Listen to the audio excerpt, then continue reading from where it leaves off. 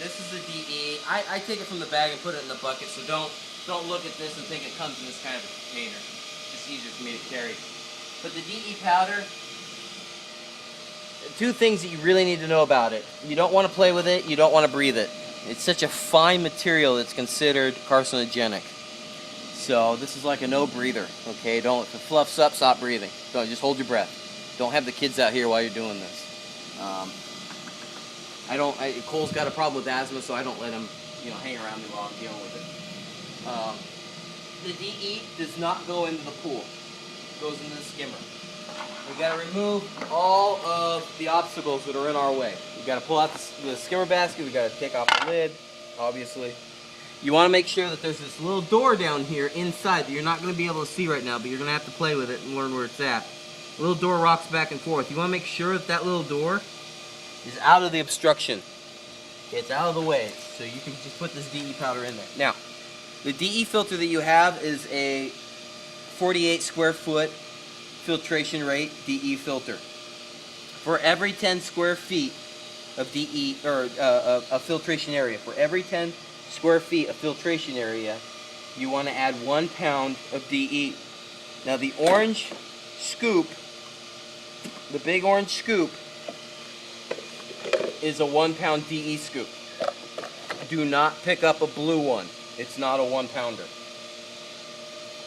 You want 4 of these in the skimmer going back to that filter.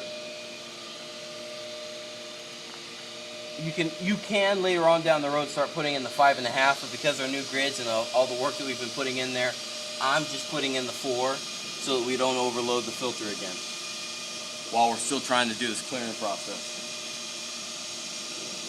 You don't have to be exact with it. Just get it up nice and fluffy. Up to the top, doesn't have to be exact by any means. Just pour it right on in there. Make sure that your skimmer is going when you do this, because you don't want this stuff going out in your pool or cloud it all up.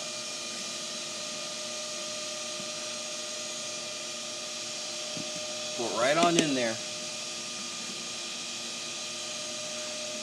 In the old days, the way I was trained is we'd put all 4 or 4.5 scoops into a bucket, fill the bucket, and we would fill the bucket with water and swish it up and get a nice good slurry and pour it all in at once. But that was with the old skimmers. These new skimmers in the last 30 years, you don't have to do that.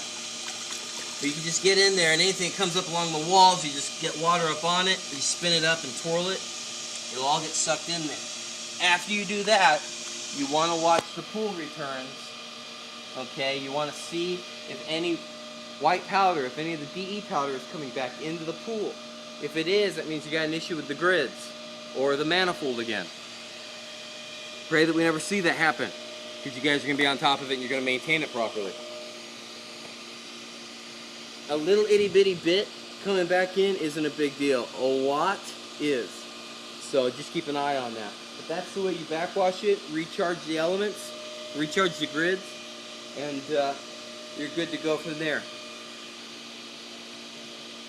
With balancing, proper balancing of the chemicals, I'm going to go over that kind of fairly quick right now. But long term, if you ever have any questions whatsoever, you give me a call. You call me about it and we'll talk it through, because it's not really a thing that you can see, it's a thing you have to do.